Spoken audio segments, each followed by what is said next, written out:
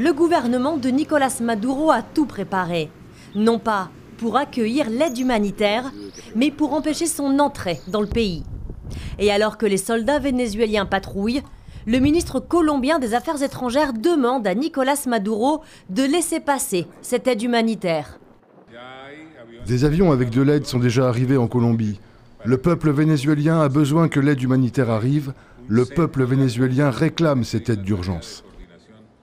De l'autre côté de la frontière, face à la pénurie de médicaments et au coût de la vie qui ne cesse de grimper, les Vénézuéliens attendent impatiemment l'aide humanitaire. La décision du gouvernement de bloquer l'aide me dérange. Cela dérange la majorité des Vénézuéliens, je crois. Que vous soyez dans l'opposition ou pro-Maduro, imaginez, vous avez un enfant, il tombe malade, vous ne trouvez pas de médicaments et il meurt. C'est triste. Je crois qu'en s'asseyant autour d'une table pour dialoguer, on peut tout arranger. Mais pour l'instant, l'heure n'est pas au dialogue au Venezuela. Nicolás Maduro refuse l'aide humanitaire sollicitée par le président de l'Assemblée nationale, Juan Guaidó.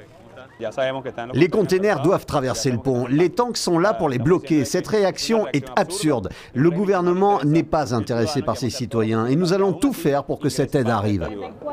Pour Nicolás Maduro, une intervention militaire étrangère se cacherait derrière cet envoi d'aide humanitaire. Donald Trump a dit qu'une invasion militaire contre le Venezuela était prête. Comme si le Venezuela n'avait personne qui l'aime. Comme si le Venezuela n'avait personne pour le défendre.